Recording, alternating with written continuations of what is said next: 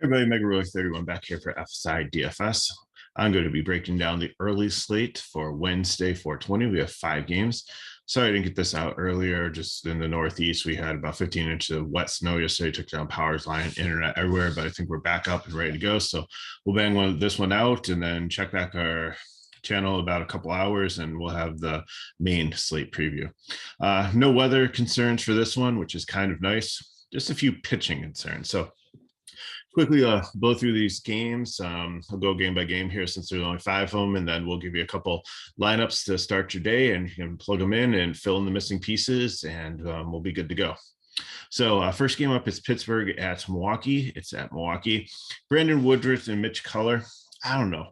Woodruff this year, he's probably statistically should be the best pitcher on the slate, but he only has I think 4 Ks in his first 2 starts. So first one was a little rough. Second one wasn't bad.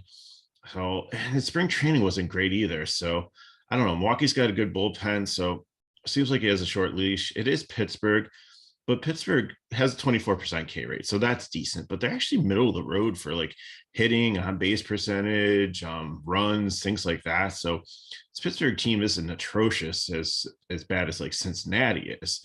But I do think, Milwaukee and Woodruff should easily win this game. So I think out of all the pitchers, I think he'd be the top one if you're paying up today. Mitch Keller on the other side, he's given up 4 earned runs in both his starts already this year. So I think Milwaukee would be a good stack also. I think they're my 3rd favorite today. The only problem is like looking at some of these guys' batting averages, like Adames, like he's batting like 2nd there. Like he's like, I think he's batting below 100 this, or like right around like 100. Just some of these guys just aren't hitting on Milwaukee. So I think they're good. They're reasonably priced too. Most of them are in the 4K range. Something to consider. The next game up is going to be the Chicago White Sox and the Cleveland Guardians. Now, still hard for me to say. This is the first game of doubleheader. So here's the thing. These pitching matchups might get enhanced because check out the lineups, because I don't think that in both games they're going to roll out their A teams. Maybe they do for the first game, and then the second game they rest some of the players, but no, sometimes you see like some mixing and matching. So you don't have like the full A lineup in game 1, and then some of the stars rest and then they play like game 2, vice versa. Some play both. You never know. It's early in the season, but that's one thing to consider. Shane Bieber is the highest priced pitcher on the slate, up against the White Sox, and the White Sox were scary last year, but this year, like they don't really strike out much, but their on base percentage is like 28th. They're just not hitting that well. I mean, they're 12th in slugging, so they are hitting some home runs. So I think Bieber definitely has some upside here too. He can get strikeouts, so I think that even though the White Sox don't strike out, and again, look at the lineup, maybe there's some higher K guys in there filling in for like game 1. We'll have to see what rolls out there. So I think I'd rather prefer Woodruff here, but I think Bieber is definitely in play if you can find the money to pay out for him. Keuchel on the other side is actually not bad in his debut. Cleveland has 20% K rate, but they're like number 1 on weighted on base average, on runs scored. But Keuchel had some strikeouts in his first one. I think out of all the cheap pitchers today, and there's not that many of them, there's only 2 of them under 7K, which would be Keller and Keuchel. I think, if in the right context, maybe in GPP, if you're trying to save a little bit of money, I might take a flyer on him, because even though Cleveland has been hot, they have had times where they've been shut down. And again, check and see what Cleveland lineup is rolled out there, because they might be able to you might be able to take advantage of it if like they sit some of the major guys. But you do have a couple lefty killers like Reyes and Kwan's a lefty matchup. Straw's got speed, not much power. J-Ram. So there's a couple guys to be concerned with, but I think maybe you can make a case for Keuchel there. Next game, we have the rubber match of the Atlanta Braves and the Dodgers. Dodgers won the first game. Atlanta came back last night and won the game. I believe it was 3-1. So this is the really good series, and maybe a preview for the NLC or the NLCS coming up again. Might be the gateway to the World Series, either going through Atlanta or LA here. We'll see. So Charlie Morton and Tony Gonsolin. Morton, I had him as like my prime play last time out, and he really struggled. He has 10 Ks in his first 2 starts, but he also gave up 5 runs in the first inning to San Diego. He actually, I think they ended up putting up 12 in that game. So he kind of single-handedly reignited the San Diego offense for us. So I don't know. He's a decent pitcher, but the Dodgers, it's a very, very strong lineup. It is a Wednesday. It is some maybe bats or somebody gets a day off. So just we have to check and see what the lineup is. Most of these are getaway day games. So it's the final game of the series and people are traveling tomorrow, have the day off. So just have to see what Dodger lineup rolls out. So I think Morton, out of all the higher price pitchers, would definitely be the bottom one. I think I'd even take Marquez and Coors Field over him, and I'll get to that when we get to the next game. Gonsolin, really not interested in, even at 7-6. He's going to go out there and get 3 to 4 innings. He's going to get some strikeouts, but his whip has been very high. So, like, if you look at some of his stats this year, you think he's doing well, but just like with the whip, I really like the Braves as probably my top GPP stack today. And when we get to lineups, we'll talk about that more. Dodgers, again, I think they'd be my second favorite GPP stack if they roll out a strong lineup. And if Morton struggles and gives up like 4 or 5 runs in the first couple of innings like he did against the Padres, then I think, they would definitely make a decent sneaky stack. They have 4.53 total, which is a little bit low for what they usually are, but I think it's something that's definitely in play. Coors Field is evenly matched. It's 5.5 run total for both sides. Philly, a slight favorite. Got Zach Eflin and Jeremiah Marquez. Philly's actually been struggling, and Marquez isn't pitching bad. He's getting some strikeouts. He actually, at home at Coors, held the Dodgers at bay. His second outing out wasn't as good. I forget who they played, but he gave up a couple runs. He went 4 innings, but I think this is a good bounce back. Philadelphia really hasn't put up a ton of runs here. I think they put up won the first game, and they put up 4 or 5 yesterday, but most of them were in the later innings. They only put up, I think, 1 or 2 against the starter that was out there. So winds could be blowing in at 10 miles per hour. It's a little bit warmer than normal this time of year, 67 degrees, but still that's not 80 or 90 degrees. And Coors Field just hasn't been, dare I say, a hit mostly this year. So I think like Marquez, I really feel comfortable playing with him, and I could possibly make him my SP1 if I'm really trying to get a high price stack in here or play some high priced plays.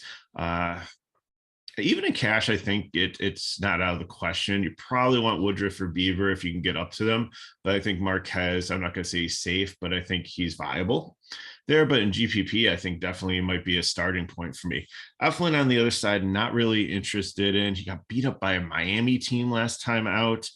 He'll get you some Ks, but I just don't think that against this Colorado team where you have some of the guys in the top of the order, Connor Joe, Chris Bryant and Cron are all hitting over 400 for the season. Blackman's actually not doing bad this year. These Rockies are, I think, second or third in run production. Their numbers are way up there.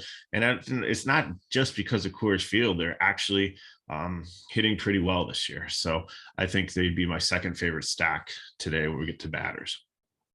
Final game is Cincinnati at San Diego. You have Vladimir Gutierrez against Mackenzie Gore. Mackenzie Gore, if I do believe, is the 27 team top draft pick here. His first outing wasn't bad. His price has gone up to 7.2, but the Cincinnati team, like I said, is number 1 in strikeouts. They're dead last in on-base percentage and everything. So I really like Gore. He is definitely going to be my lock pitcher today, probably my SP2.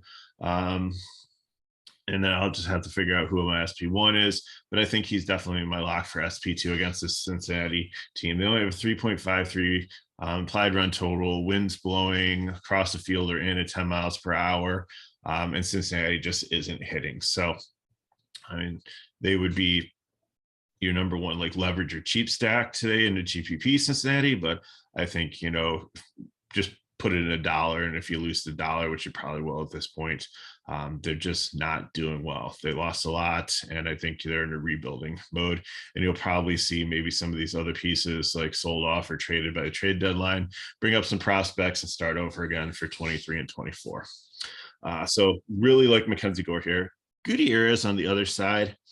He's not horrible. He's given up 5 runs in his first 2 starts, no home runs, getting some strikeouts, but San Diego is actually starting to put it together and starting to hit recently. Like I said, Charlie Morton turned that around for us. And ever since, they've been on kind of a winning streak for the last couple of days. He put up like 6 runs last night, and I think they're going to be my favorite stack. Not because Gutierrez is a gas can, but the Cincinnati bullpen's not great either. And I think that this is definitely going to be a good hitting opportunity for them. So like I said, my top stack is San Diego. Then I like Colorado. I think if you believe in Coors, I just don't like the wind blowing in as much as it is. And Eflin's a little bit better pitcher, definitely, than Gutierrez. So Milwaukee would be 3rd, and then I'm putting Philly at 4th because I think Marquez is going to have a strong game. Colorado bullpen is getting better, but Philly just has been a huge disappointment recently. They're middle of the road with most, and you would think with the money if you look at the lineup, it's like the sum of the parts is the sum of the parts is greater than the whole. Like if you take each individual player, I think they're good, but when you come together as a team, they're just not putting together runs and rallies like they should be. It's early in the season still, a lot can change. Joe Girardi is a good coach, I think, and he's probably on the hot seat too because he's been given all these tools and nothing really hasn't produced much. And your division's very, very hard, so you got to go out and be able to win games out of your division to stay competitive there. So I think that might be coming. GPP, like I said, I love Atlanta against Goslin. I think they really want to make a statement on the West Coast that the Dodgers are not the best team, that they still are the reigning World Series champions. Dodgers on the other side of it, if Morton shows up like he did last time out, I think they could put up a bunch of runs there. Cleveland against Keuchel, like I said, they're number 1 in runs in most statistics for the season. And again, just watch the lineup and see who's there. He's a righty or lefty. You've got some righty bats there that could go off. And then I think the White Sox would be my GPP, almost more of a leverage stack against Bieber there. And then for cheap stack, I think Cincinnati is the only one that's cheap because Pittsburgh isn't cheap. You have like some guys like Reynolds and some of the 2 and 3 batters there that are actually like 5K. So not something that I'm looking to spend up on today, but if you want some leverage, if you think a lot of people are going to be on Woodruff, then throw them in a $1 stack or something. So let's look up at our first lineup here. Like I said, Gore, locking him in as my SP2. Then I'm going to figure out if I'm going to Woodruff, I think, is the midpoint. I think that's where you want to go. I think, he's, even though I have my concerns with him, with the K's being down and stuff, I think he can do enough against Pittsburgh to be able to get you what you need in cash. Bieber, if you can get up to him, it's going to be hard with some of these lineups, then I think he's okay also. And Marquez, I think if you have to settle for him, I don't think he's the worst thing. Morton, I really probably wouldn't touch in cash. So for catcher, Nola, I think going with the San Diego stack would be the one that I would consider here, batting second, doing really well, hitting above 300. But d'Arnaud is only 2.2. And again, it's not the right split matchup, but he's hitting 6 at least. He had a home run yesterday. I believe he's hitting like the high 200s, almost 300. So not a bad choice for 2-2 if you want to plug catcher. I think Cron's solid at first base, like I said, hitting over 400, having a good season. Then pick Cronenworth or Rogers, however you want to fill in there. If you want to lean more San Diego, if you want to lean more Colorado, Machado at third, Godspeed as shortstop. There's really not any great options this season.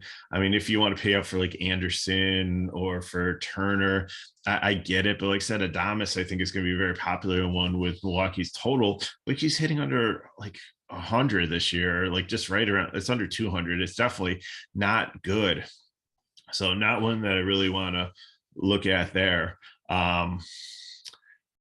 So then I think Grissom is solid. He's probably leading off for San Diego there, and Joe. And then you probably have to pick between Chris Bryant or Blackman.